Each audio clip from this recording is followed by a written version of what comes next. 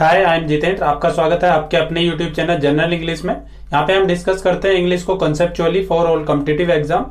तो हमारा जैसे कि हम पहले भी डिस्कस कर चुके हैं कि हमारा जो यहाँ पे गोल है वो है क्लैरिटी को इम्प्रूव करना। तो क्वेश्चन ये आता है कि क्लैरिटी इंप्रूव कैसे होती है। तो क्लैरिटी इंप्रूव करने के लिए सिंपल है कि आपको कॉन्सेप्ट की क्लैरिटी होनी चाहिए। तो हमारा यहाँ मेन फोकस रहेगा कॉन्सेप्ट क्लैरिटी पे। तो लास्ट क्लास में हमने पढ़ा था बी वर्ब के बारे में। तो बी वर्ब के बारे में पढ़ा था कि बी वर्ब क्या होती है। तो बी वर्ब हमने पढ़ा था कि लिंकिंग वर्ब होती है, स्टेटिव वर्ब होती है, हेल्पिंग वर्ब होती है। और ये एक्टिव वॉइस के लिए होता है कि एक्टिव वॉइस में ये फंक्शन जो होते हैं हेल्पिंग वर्ब के, वो ये फंक्शन करती है। तो उसके बाद हम जब बात करते हैं कि हेल्पिंग वर्ब कैसे सेंटेंसेस में हेल्प करती है वर्ब्स की, तो उसे आगे हम जानने वाले हैं आज। तो जैसे कि हम जानते हैं कि जो टाइम होता है वो प्रेजेंट, पास्ट, फ्यूचर, 3 टाइम होते हैं। और टाइम में फिर वो स्टेट होती है, 4 तरह की स्टेट होती है कि सेंटेंस में वो इंडेफिनिट हो सकता है, कॉन्टिन्यूअस होता है, परफेक्ट हो सकता है, परफेक्ट कॉन्टिन्यूअस होता है। तो हमारे पास जो बी वर्ब जो मेनली वर्ब यूज होती है वो एक्टिव वॉइस की अगर हम बात करते हैं तो होते हैं कंटिन्यूअस में और परफेक्ट कॉन्टिन्यूअस में। तो यहाँ पे जब हम कॉन्टिन्यूअस की बात करते हैं तो कॉन्टिन्यूअस का जो स्ट्रक्चर है वो है बी प्लस वर्ब की आईएनजी फॉर्म। वर्ब के साथ आईएनजी फॉर्म का यूज होगा। तो हम सबसे पहले सेंटेंस में चेक करते हैं। तो he is reading a book. तो यहां पे जो इज है वो है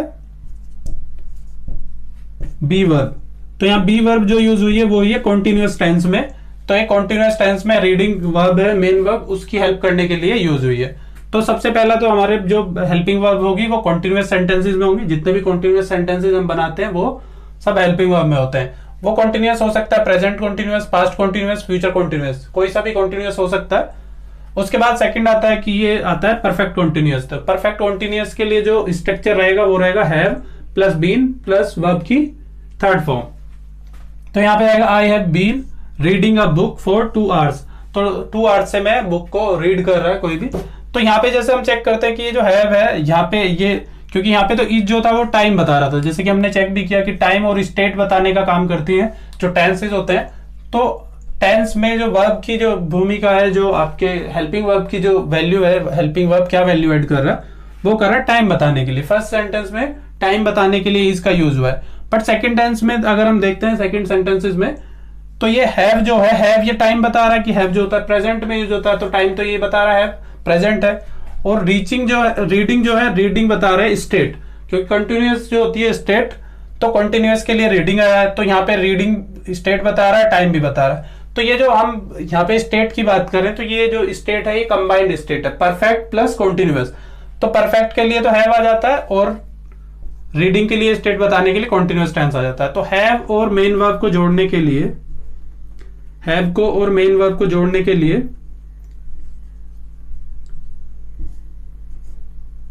यूज करते हैं बीन का। तो यहां पे दोनों को जोड़ने के लिए बीन का यूज करते हैं, क्योंकि जो कॉन्सेप्ट है, कॉन्सेप्ट ये है कि हैव के साथ वर्ब की हमेशा थर्ड फॉर्म आएगी। तो वर्ब की रीडिंग अगर हम यहाँ पे रेड कर देंगे, थर्ड फॉर्म कर देंगे रीड की, तो उससे हमारा जो सेंटेंस का जो लिटरल मीनिंग है कि ये कंटिन्यूअस में भी चल रहा है, तो ये नहीं रहेगा। तो इसी के लिए हम यहाँ पे बी वर्ब का यूज करेंगे और बी की थर्ड फॉर्म। तो थर्ड और फोर्थ सेंटेंस में अगर हम चेक करते हैं तो फोर्थ सेंटेंस है ही इज राम। तो हमने जैसे कि पहले पढ़ा था कि जब ही इज राम है तो ये री आइडेंटिफाई करने के लिए लिंकिंग वर्ब के रूप में काम करता है कि राम को री आइडेंटिफाई कर रहा है। सब्जेक्ट है, सब्जेक्ट कॉम्प्लीमेंट है, इसे ऐड कर रहा है। बट मान लीजिए अगर हमें कंफर्म नहीं है कि जो राम है, जैसे मान लीजिए कोई दूर से आ रहा है और हम उसे देख के बता रहे हैं कि वो कौन है, तो हमें पॉसिबिलिटी हो सकती है कि वो राम हो।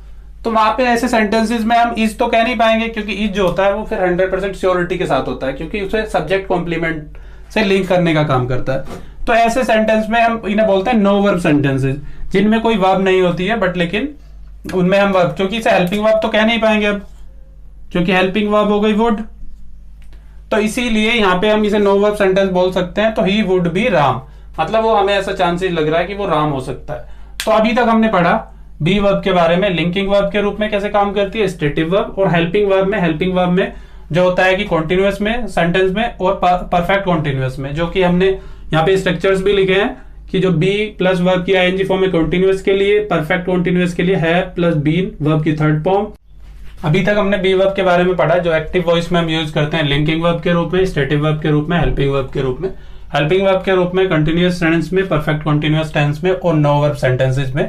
हम हेल्पिंग वर्ब, बी वर्ब को हेल्पिंग वर्ब की तरह यहाँ पे यूज करते हैं। बट हम जब वॉइस की बात करते हैं तो वॉइस में होता है, दो तरह की वॉइस होती है, एक तो एक्टिव वॉइस और एक पैसिव वॉइस।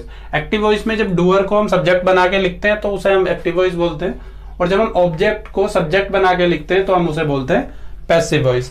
तो पैसिव वॉइस में देखिए, अब ये सेंटेंस है, a book is being written by me. तो यहाँ पे ये टाइम तो नहीं बताएगा, क्योंकि टाइम बताने के लिए ऑलरेडी एक बी, जो बी था वो इज है जैसे, वो ऑलरेडी आ रखा था। बट हमने दूसरा बी का फॉर्म जो कि बीइंग होता है, बीइंग यूज किया है इस वाले सेंटेंस में।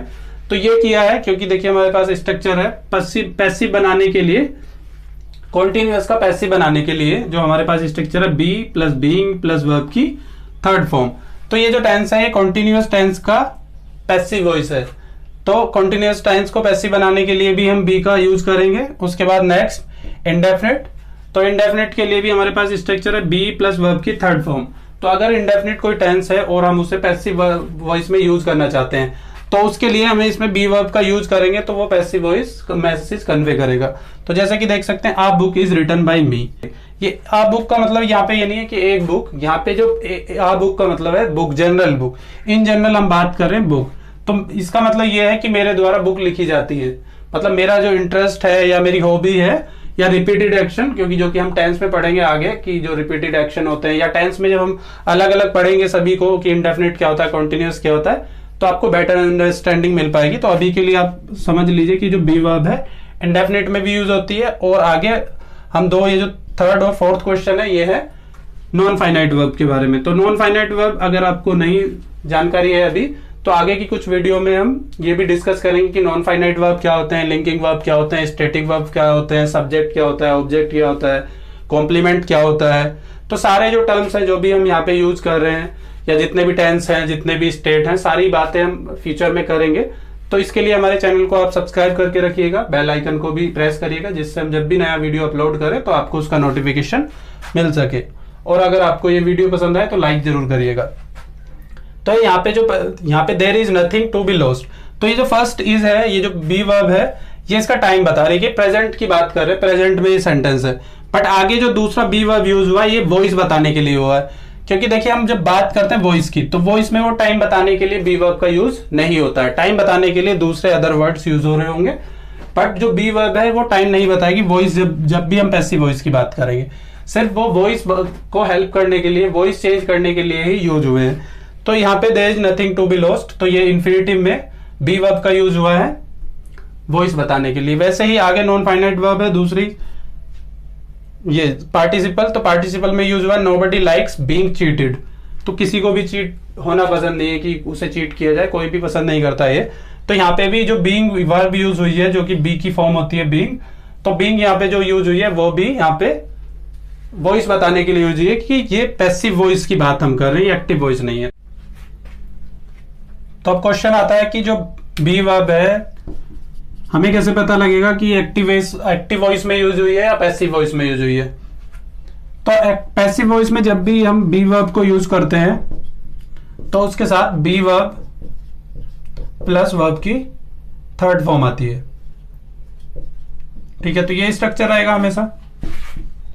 बट कई बार क्या होता है कि एक्टिव वॉइस में भी बी के साथ हम थर्ड फॉर्म यूज करते हैं, जैसे कि ये सेंटेंस है, द ट्री हैज फॉलन, कि मतलब ट्री जो पेड़ है वो गिर चुका है।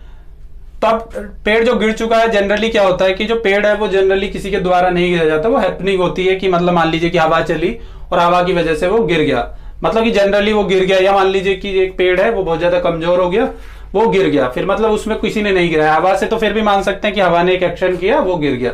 बट लेकिन जनरली क्या होता है कि पेड़ जो है खराब हो गया, कमजोर हो गया, तो उसकी वजह से वो खुद से गिर जाता है। तो उस सेंस में जब उसका कोई एक्शन करने वाला नहीं है, मतलब डूअर नहीं है, कोई ट्री को गिराने वाला नहीं है, अगर ट्री को कोई गिराने वाला तो तब तो हम उसे यूज कर सकते हैं पैसिव वॉइस में। अदरवाइज मान लीजिए कि अगर वो हैपन खुद से हुआ है, कि जैसे मान लीजिए कोई मर जाना, हम बोलते हैं कि एक होता है किल और एक होता है डाई। अगर किल करना होता है तो कि कोई डूअर होगा उसके लिए, और डाई जो होता है वो खुद से बीमारी वगैरह से कोई रही होगी, तो उससे खुद से जब इंसान मर जाता है तो उसे डाई बोलते हैं।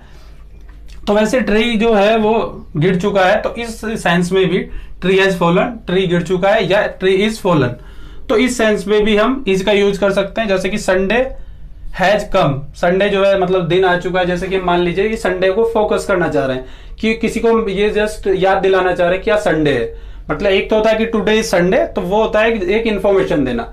बट लेकिन जैसे मान लीजिए कि सामने वाले को ऑलरेडी हो सकता है पता हो कि आज संडे है, बट ऐसे ही स्ट्रेस करने के लिए आज संडे है, तो ऐसे ही संडे हैज कम, या किसी को मान लीजिए कि आपने कोई प्रॉमिस वगैरह किया कि संडे को कोई काम करना है, तो तब आप बता सकते हैं कि संडे हैज कम। तो इसमें हम इंटरचेंज कर सकते हैं बी वर्ब को हैज के साथ। तो ये केस ऐसा है जहां पे हम वर्ब का जो वर्ब है वहां पे थर्ड फॉर्म यूज कर सकते हैं इसके साथ भी।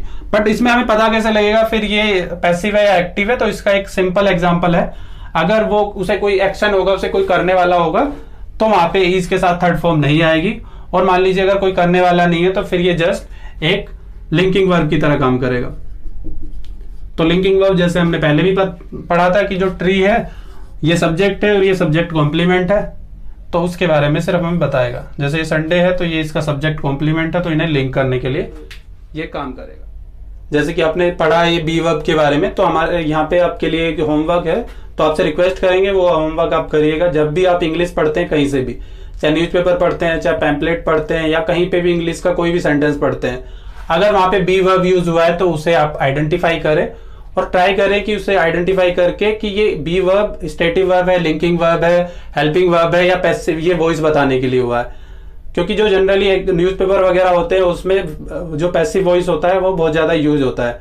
तो आप एक बार ट्राई करें अपने आप से, और अगर आपको कोई भी कंफ्यूजन होता है या आपको लगता है कि ये पैसिव वॉइस में आप कंफ्यूज हो पा रहे हैं या पॉजिटिव वॉइस है, लिंकिंग वर्ब है, स्टेटिव है, तो आप हमें कमेंट करके बताएं जो भी सेंटेंस में आपको कंफ्यूजन आए, तो हमारी पूरी कोशिश रहेगी कि आपके कंफ्यूजन्स को दूर किया जाए। तो आपसे रिक्वेस्ट करूंगा कि आप ये जो आपको होमवर्क दिया है ये जरूर ट्राई करिएगा, और जैसे ही आपको कोई क्वेश्चन आता है तो हमें कमेंट करके बताइएगा। इसी तरह की इन्फॉर्मेटिव वीडियो के लिए आप हमारे चैनल को जनरल इंग्लिश को सब्सक्राइब करके रखें और बेल आइकन को प्रेस करके रखें।